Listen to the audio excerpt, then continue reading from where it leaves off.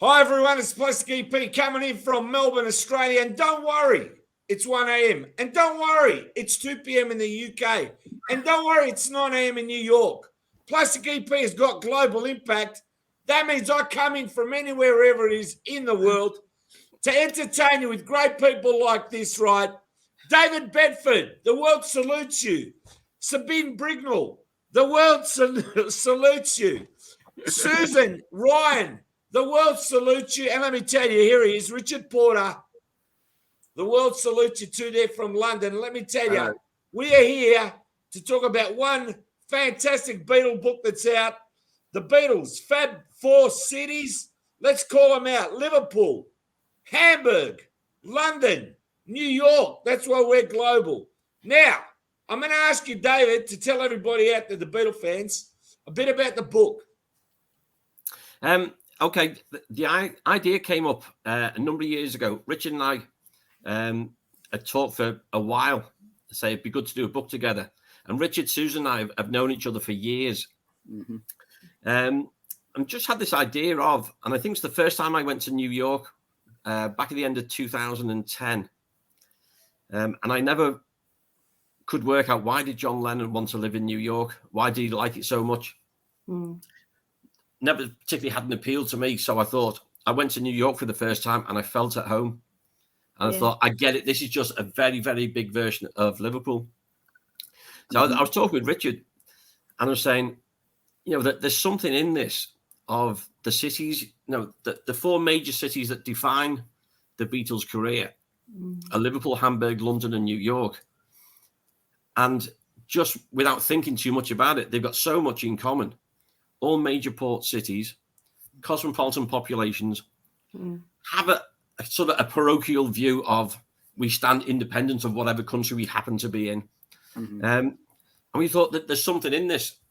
So we started talking and saying, yeah, this would work.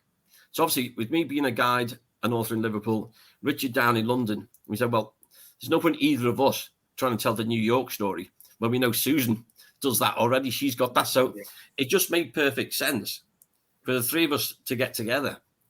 And so we did our own cities. And then Richard and I went over to Hamburg and did the Hamburg part of the book as well between us. So it's been great fun of three friends working together on the project. Never felt like work. It was great. That's amazing, David. Now, Richard, I just want to ask you, this book now has taken off, right? It's for sale worldwide. Yes. You're very happy with the result, aren't you? Of course, absolutely. Yeah, it's good fun to do. And I think it reads well as well. Got some good reviews and stuff, good sales. So, yeah, very, very happy, yes. Now, Susan, how did these two guys ring you to do it? I'm sorry? How did these two guys ring you into doing the book? Well, we've been, as David said, we've been friends forever. Yeah, we have. Yeah. At one point, a few years ago, I see David pretty much annually at the fest for Beatles fans in New York. Often for you. Yeah. So one time at a fest, he approached me and said, Richard and I have this idea, and we were hoping you'd help us with the New York section. And I said, of course, no problem. So that's how they didn't have to rope me in too hard. It wasn't hard to get me to say I'd do it. So nobody had to twist my arm. Well, I love the yellow color of the book. And let me tell you, while we're here, I've got to see Sabine's shirt there. That fantastic Beatles shirt that's blue. Show everybody, Sabine. It's awesome. That's it. Great shirt. Yeah, and you know, when I was at Beatle Week last August at the Delphi, I didn't stay there because I stayed in the Dingle. Anyway, that's another story. Yeah. So I was very fortunate to live there for 3 days. Anyway, so, you know, the fair has everything. You know, it's like, memorabilia, just like everything, like artists there, photographers, and sort of items like this. So this was a very last call. They were wrapping up the stores, and I thought, oh, gosh, I'm never going to get anything now. And this was just like looking at me. It was on a hanger, and it was £7. Cool. The guy didn't want any more than that because he wanted to get off, go home.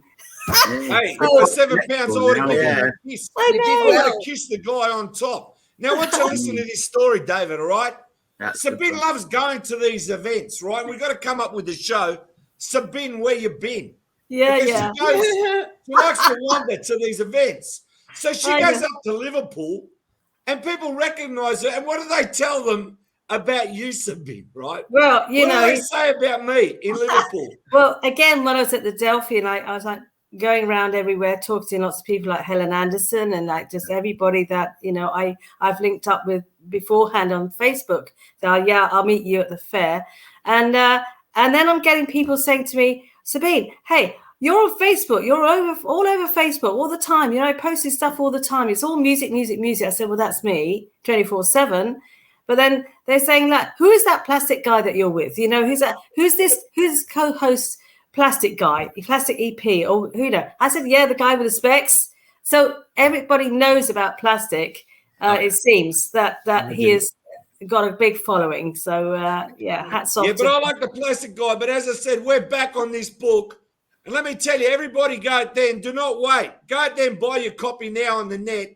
The Beatles Fab 4 cities, Liverpool, Hamburg, London, New York. And what a great cover. I just want to ask you now, where can they get the book from, David? Where are the outlets? Where are the sources? Right, well, you can get it from Amazon right across the world quite easily. If you want to know a little bit more about the book and about what's gone into it, we've got our own website, which is Beatles Fab 4 Cities, and it's number 4. So it's Beatles Fab number 4 cities.com. And it's got a bit of a profile of us, what we do, other things that we've done. But then links to buy the book. There's maps on there as well. If you want to go and have a little explore of, say you want to go to Hamburg, then you can go there and put together like an interactive Google map. So you go in there and it's got all the places and just click on them and you can explore where the Beatles were in Hamburg, for example. So there's lots of stuff on there as well. Yeah, that's very well thought out, actually. I'm going to ask Richard now for a synopsis of the book. Just give me your synopsis, your take on the book, Richard. Well, basically, it's the progression of the Beatles story. John Lennon once said, I grew up in Liverpool. Sorry, I was born in Liverpool, but I grew up in Hamburg. Then they reached maturity in London, where they around the UK. Then went to New York and became international. So it's the progression of the Beatles story, but really also it's the connections between the cities. There's so many similarities between them, like all being ports, all being cosmopolitan, or being sort of left wing actually politically as well. And there's always weird connections. I mean, for instance, you can draw a line of latitude between Liverpool and Hamburg on the map. It's on the same line of latitude. So there's always weird connections, which I didn't really realise until we started doing the book. So it's always great connections between the cities and how the Beatles went from one to the other and really conquered each city as they went, sort of thing. Well, here's a suggestion for you guys. When you expand the book, I want you to call the book The Fab 5 Cities, and I want you to include Melbourne, because in 1964 here at Festival Hall, they played their greatest Beatles concert. That's true, David. You know that. Where's Melbourne? Melbourne, Australia. I know. Down under. Now, let me tell you something since we're having a laugh. Sabine, I want you to read this out, all right? Okay. Anne, my friend Anne Street. Yeah, hi, Anne. So Sabine, where have you been? A great title. Okay, I'll definitely put that to. I'll put it. I'll put it out there. I will. I'll get it going. Yeah. Sabine, Thank you, if you Anne. want to become famous, you won't do it with me. You'll be doing it with a show like that, Sabine, where you've been, and I'll do the show and I'll go, Sabine, where you've been, and you're coming from all over the world. Yeah. As you know, I'm planning to do my own show. In the new year, I've got loads of ideas, and there's lots of scope. It's not just music; it's going to be showbiz, entertainment, everything. All my favourite comedians from LIVERPOOL as well. I've connected with Stan Boardman and all kinds of other people, and Freddie Davis and Freddie Parrot Davis, and I'm just I actually do want to do something solely on and David, you'll be able to help me on this. On Liverpool entertainers and obviously musicians, artists, Mike McGear. So trying to get hold of people, that's always a bit of a tricky one. But I'm definitely going to do this, and I can't wait. I think David plays a bit of banjo, but anyway, let's not go too far now from the book. I want your synopsis, Susan, of the book. That part about New York. I mean, we know they played at Ed Sullivan. I mean, Yes. how big was that? So just take it from there. Well, the Ed Sullivan Show, of course, was huge, but it was what really made more people in the United States see them. Wasn't the first time they were on American television, and you find that out in the book too. They were actually on a couple of news programs in November of 1963, including I the got to CBS. say, one of them was the Jack Parr show. Yes, the Jack Parr show, and he showed a clip, but he didn't show the clip so that people would appreciate the Beatles. He showed the clip so that people would laugh at them. He was not taking them seriously. And then they were also on the CBS Evening News or Morning News on the morning of November 22nd, 1963. And they were supposed to be on the evening news. Again, the clip was going to be shown. But at 1 o'clock that afternoon, a little incident occurred in Dallas, Texas, that wiped that off the map. That, of course, being the assassination of President Kennedy. So the Beatles clip didn't get shown till December. Susan, can I ask you, when were they on the Hinckley report? You mean the evening news? The Huntley Brinkley report. That was in November of 63 also. That was the evening news. Because David and I do the Bedford report. Wonder where that came from. Well, that was also November of 63, and it was a brief clip.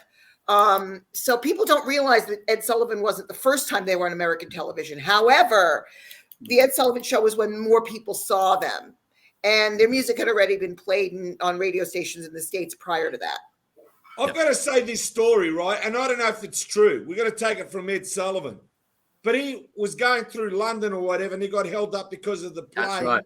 And then he found out what's going on. Was the airport like a riot scene? What's going on here? And then he found out about the Beatles, and then he followed it up. Yes. That's the story that's been put out there. But then we got that other Beatles story where Raymond comes into the NEM store and wants to buy the Beatles' first record, right?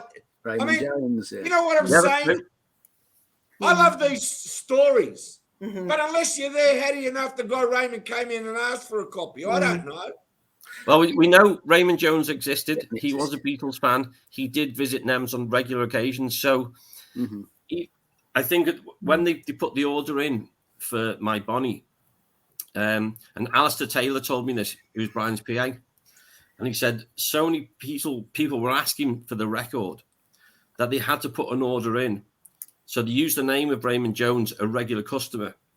And Alistair says he paid the money from his pocket just so it could be in a proper order. Once the order was in, Brian could go and find it.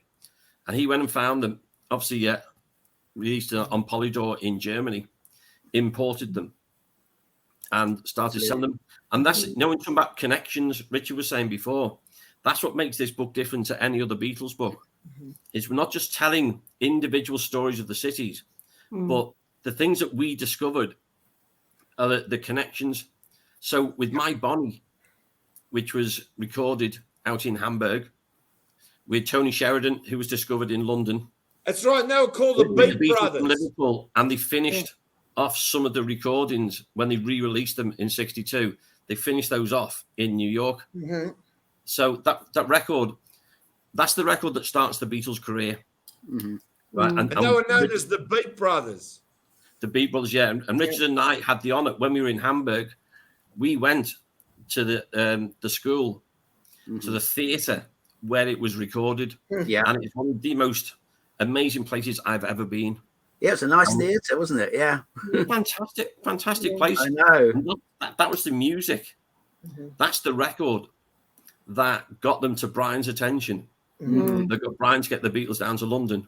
Yeah. Now, listen, I like what you said about your book now, because I got a different take on your book. So no matter where you buy the book, if you buy it in New York, you can use it for maps. Yeah. If you buy it in London, you can start off the book and use it for maps. Yeah. If you buy the book, as I said New York, London, if you buy it in Liverpool, or you buy it in Hamburg. Hamburg. Hamburg. I mean, you said, aren't you, on your Beatle trip? Yep. That's the idea. That's why it's designed like this. It was to be, it's a comfortable size to hold. It's not thick, so you can stick that in your pocket. You can travel with it. And then, just the front cover, David, from the real deal. That's a nice, vibrant cover. I like There the is yellow one. and black. It stands out in shops. The cover's awesome. Yeah, our publisher did a great job with that. oh, fantastic! And each of the stickies has got a map at the front. Well, you got a couple of maps. Oh wow! Oh yeah. Now, see, that would take me on a holiday. Now that would set me off on a Beatles holiday. A kind of memory lane trip kind of holiday. That's the idea. The idea is that you can take the book with you and use it in the various cities, or if you're an armchair traveler, you can travel vicariously and have your pilgrimage with the book. There's all your map references, so it really helps. So there's I would have put David's house in Liverpool. Your place, Susan, where you are there in New York. I would have put where Richard lives, and you know what? They could all come visit you and get the book signed at your house. Oh, yes, Richard. Sign my book, please. Yes, I will. Yes. Well, we actually had to, funnily enough, we actually had to get book plates from the publisher because we are not in the same city. So we sent, it was a whole mail horror, sending book plates. Post is awful at the moment. See, we had to get a pile of book plates, and we each had to sign them because we're not in the same city.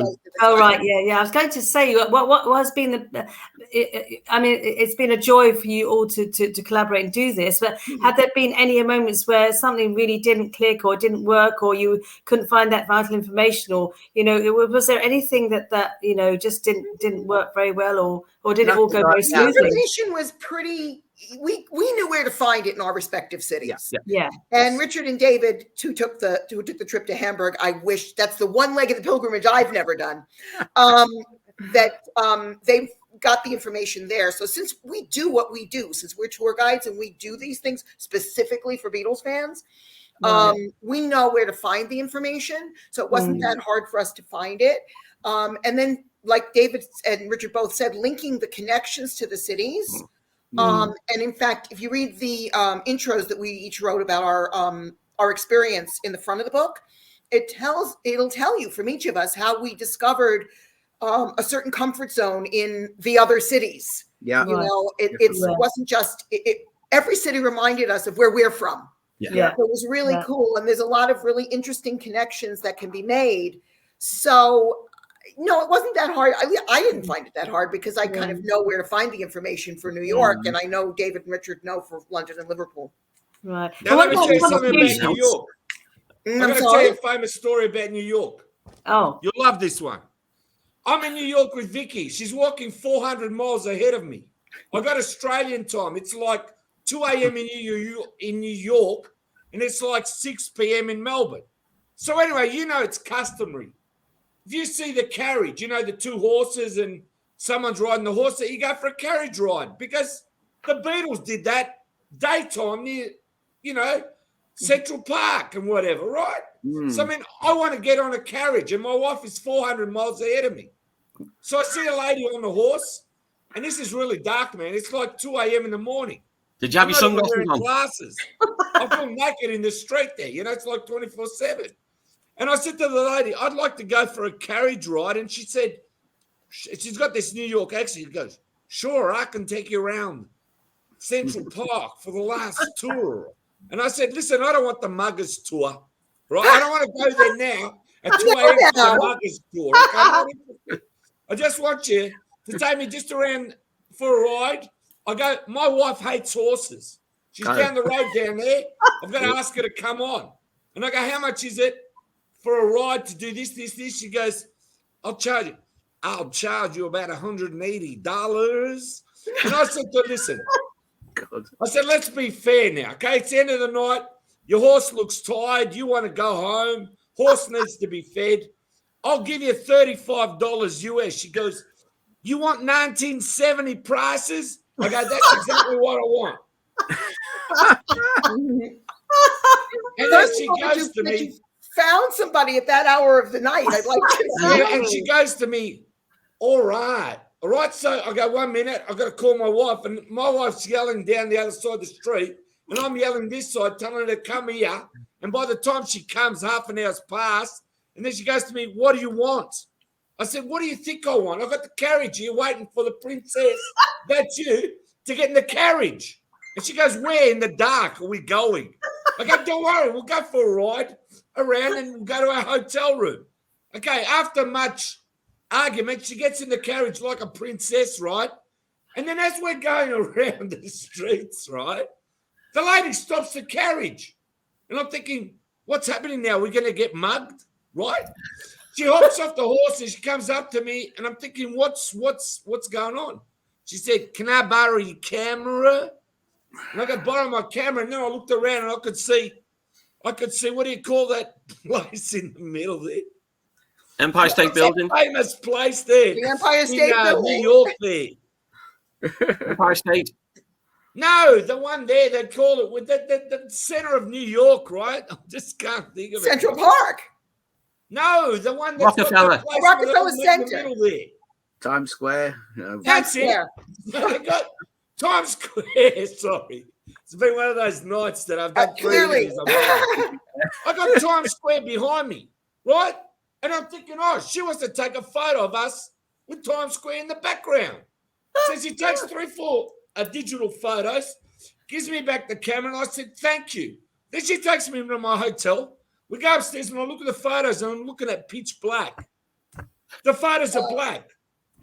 Go back to Australia and I got this program and I lighten them up. And yes, I can see me, my wife, the horse, the carriage, and Times Square behind us.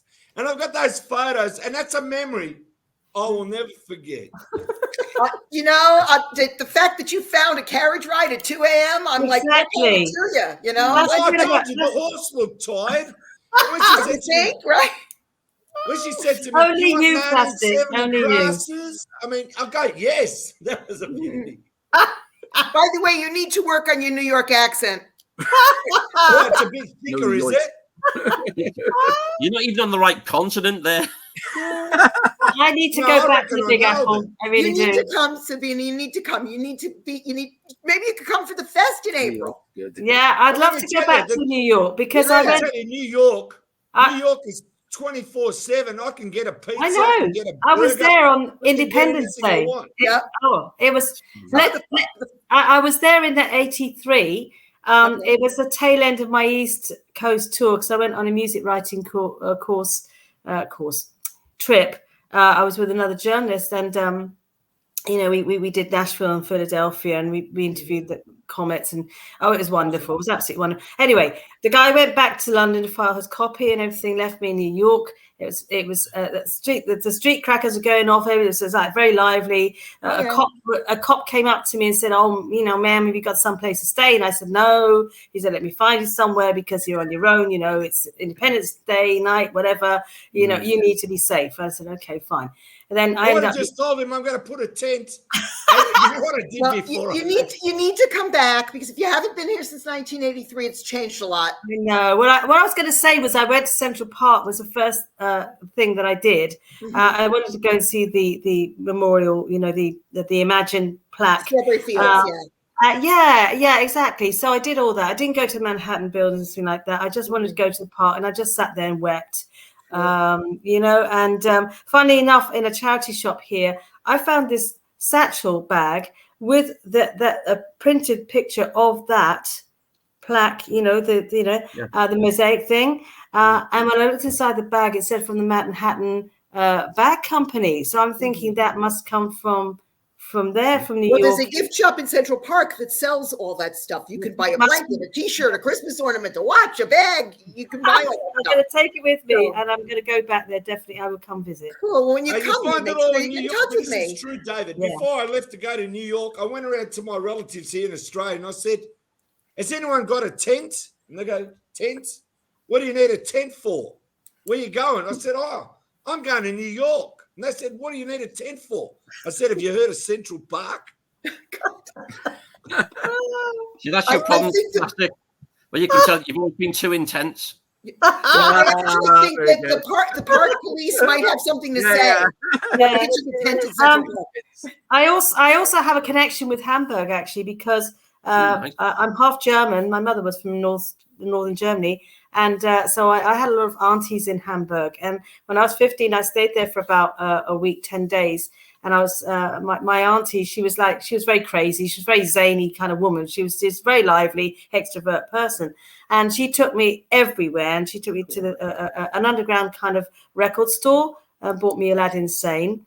Because it was just coming out then. But she took me everywhere, and she took me everywhere with the Beatle connections there. So, I'm very indebted to her because she kind of really enforced the Beatles, with the love of the Beatles in me at 15 already. But I mean, prior to that, I had records from my mum. My mum had bought me Beatles records already in the 60s. So thank you, Mum, But yeah, so that's my Hamburg connection. So I need to go back to Hamburg as well.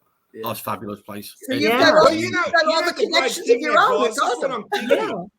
You need to get your book and give it to a few travel agents, right? And if they got the multimillionaires that are coming in there and they want to do a full tour, they buy your book, they go to the 4 destinations, just wherever the book takes them. I mean, how great is that? The Fab 4 Cities tour. Yeah. And in fact, why don't you? Well, you have to do it virtually. But why are you going to do like a similar thing to what we're doing now, but like a Q&A thing? You could do that online, do an event where you're. We are. I think we're planning to do something. Yeah, we've done a couple of other podcasts as well. So we've been sort of making the rounds, but it's been good. It's been really good. We're going to do something of our own at some point soon. Yeah. Yes. And you'll get reviews in magazines and things like that. No doubt in the newspapers too. Yeah. David, I can help with the Daily Express because I have connections there because I used to work there. So yeah, let's get some coverage going because we've got. I'm going to ask you: have you got the book in the Beatles bookstore? Oh yes. Yeah. Oh yeah, absolutely. Yes. Okay. Can you give me the website of the Beatles bookstore? Yeah, just BeatlesBookstore.com.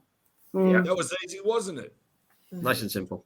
Richard, do they have it in the coffee shop in London? Yeah, and all the local bookstores in London, like Foyle's, famous bookshop in Charing Cross Road. Actually, where we met there too, didn't we? When we signed the contract. The day that we all saw the publisher, because I went to London for the initial meeting with the publisher. That's where we met. Yeah, we met up at Foyle's.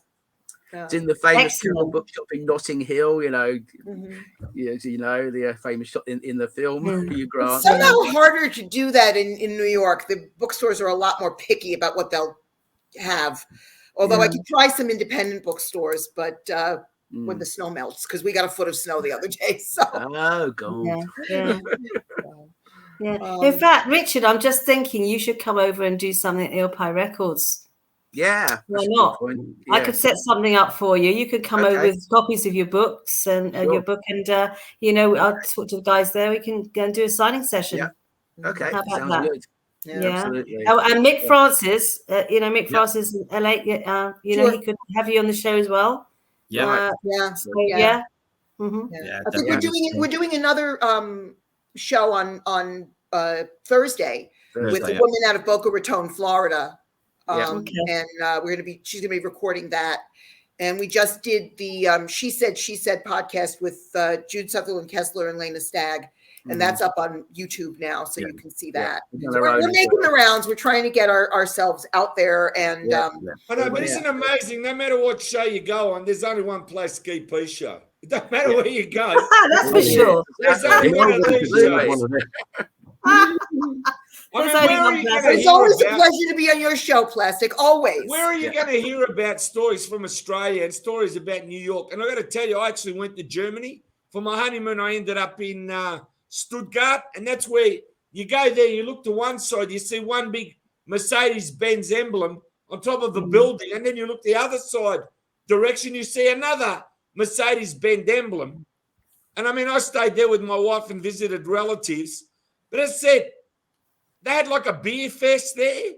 So I'm thinking you guys need to go to Hamburg when they have beer fests and do signings, right? Yeah. And when they have tourist events, you need to go to tourist events. That's what I think you need to do. New York, Hamburg, Stuttgart. Tourism runs with your book. That's a huge market. We're hoping now that things are starting to open up a little bit. Yeah, exactly. Again, that more people will be traveling. And it'll be a lot easier. Our current surge in New York is tapering off. I'm not going to lie. Yeah. Unfortunately, that's a worldwide thing. It's something we had to think about. But that also is one of the reasons we're actually kind of glad the book came out when it did, because we're talking about armchair travel, you know. And so if you can't actually travel, you can buy the book and you can do it. And then you can say, when things calm down, I can actually take these trips. And, David, I think you need to get this book in the airports where they sell books in the airports. Seriously. Yeah, that's one of the things that the publisher is very well experienced in the travel trade. Yes. They've got connections all over the world. That's why it was a perfect partnership with ATC Books, because they're so experienced at doing this type of book, that a lot of experience, got a lot of success with it. It made sense to create a book that was handy enough to take with you, so you can use it as a travel guide. But as Susan was saying, you can use it as an armchair guide as well, just to read. And it's amazing how many people have picked up on those connections. That we highlighted each of them, and that was probably the most fun part for the three of us. It was because we really found out things we didn't know about the other cities. It was kind of interesting because there was stuff that we sort of knew, but then when we started diving deeper into it, there was much more connection between all four of the cities that we never knew about. And it was interesting because we all have our feelings about the other person's cities. You know, we've all been to three cities. As I said, I've never been to Hamburg, but at least London, Liverpool, and New York. But finding out the actual connections was very, very interesting because it reinforced why we feel comfort in the other person's city. It was just kind of like, wow, that's why this is familiar to me. So it was kind of cool. You know, just listening about the book, what you're telling me, I don't actually think it was an easy book to write. I think I'd take my hat off to you. I don't think it was an easy book to write at all. Well, it's a lot of detail and a lot of effort got into all this. I mean, so you're going to be at the Beatle Week, right? In August, you're going to be there. I don't know if I'm going to be able to be, but I'm going to be at the Fest for Beatles fans in April, first weekend of April, and David and Richard. I'm hoping to be there as well. Barring any to be there. COVID complications, they intend to be there as well. But April 1st to 3rd. In Jersey City, New Jersey, just across the river from New York, with the most beautiful view of Lower Manhattan, is going to be the Fest for Beatles fans, the first one in 2 years, because it was canceled twice because of COVID. And then there'll be about a week or 2 weeks before Beatle Week in Liverpool is the Chicago Fest for Beatles fans. So that'll be second or third week of, I think it's like August 11th or something, somewhere around there. Anyway, those are the United States conventions, and I will certainly be at both of them. David and Richard hopefully will be at one or both. Whether I can get to Liverpool in August is another story, but we have to see. But if I can, I'm going to try to do it. But yeah, it's fun, and when you get together with other fans, of course, they want this information, especially people who are thinking of making the trip. You know, they want something they can read before they go. So, and I have to, like David said, we have to credit our publisher when we met with them for seeing our vision. We had an idea and it was pretty much clear to us, but making it clear to somebody else was hard. And then when we met with our publisher, ACC Books, they really saw what we were trying to accomplish. And goodness knows they produced it. When we gave them a manuscript, they put it together and produced the finished product you see. And we should also a big thank you to our friend Simon Weitzman. Yes. Because Simon's the guy who made that connection with ACC. Oh, right. I was going to ask you, how did you know about the publisher? How did you know who to approach? Right. Yeah, so Simon did that for us. He acted as our agent, and it certainly helped. And again, because he's a friend of ours as well. So So we had 4 friends working on it. Yeah. So but the thing, did you have did you find that you were getting contributions once you opened this all up to do the book? Were you getting any other contributions, or did you meet people that you hadn't met before who could tell you more things, or reinforce what you already knew? Or Hamburg, especially when we went over there. Some very good friends of ours, coordinated by our friend Wolfgang, put a little group together, and they took Richard and I around, and it was fabulous. Set up with one of the guys over there, Peter, who I've known since Liverpool came out, which is back in 2009. Yeah, it's the first time I'd actually met him face to face. Been threatening to come over for years. Peter, amazing. And so he took us round, and he could tell us then, so that the Hamburg part of the story, we know the facts, we know the clubs. And I think the most amazing thing when we went there was how short the Große Freiheit is. Freiheit, yeah. You got one end, So where they lived for a short time. Then you go to the Indra, and you go 500 yards with the Kaiserkeller. You cross the road, that's where the Star Club was. You get to the bottom. So the whole thing's about 500 meters, something like that. Turn left, the top 10's there. Yeah, just round the corner, You walk top to bottom, and you're there 10 minutes. I think it's really interesting because it looms so large in the minds of Beatle fans.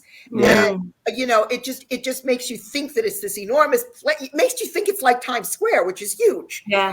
Or, hearing that it's as small as that blew my mind completely. Yeah. Because Hamburg's the biggest port in Europe.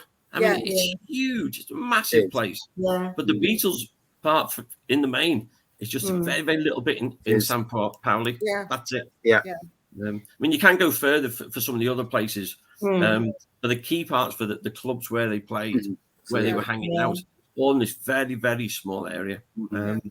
It's fascinating. Such a great trip. What a joy. Yeah, it's great going. I'm going to ask you, as you're doing your tours, you're telling them about the book as well, because you got a lot of international travelers. Of course. Yeah, absolutely. Yes. I don't know about David and Richard. Right now, it's winter in New York, and tours are slow. I'm not going to lie. This is not my busy season. It will pick up probably end of next month. I will start getting people more. I know that I have stuff lined up. Have you got snow in New York, or is it just very, very cold? There was a foot of snow here on Saturday. Okay. So it's going to all be melted by tomorrow. It's going to be very warm, and it's going to start melting. We're going to have flooding instead. It'll be fun. Well, let me tell you something. Here in Melbourne, Australia, it's 35 degrees every day. Now, before we do a wrap-up, I just want to thank you, for bringing the attention of the book to the world, and that's why you're here. Now, David, I want you to go through the links one more time for everybody where they can get the book.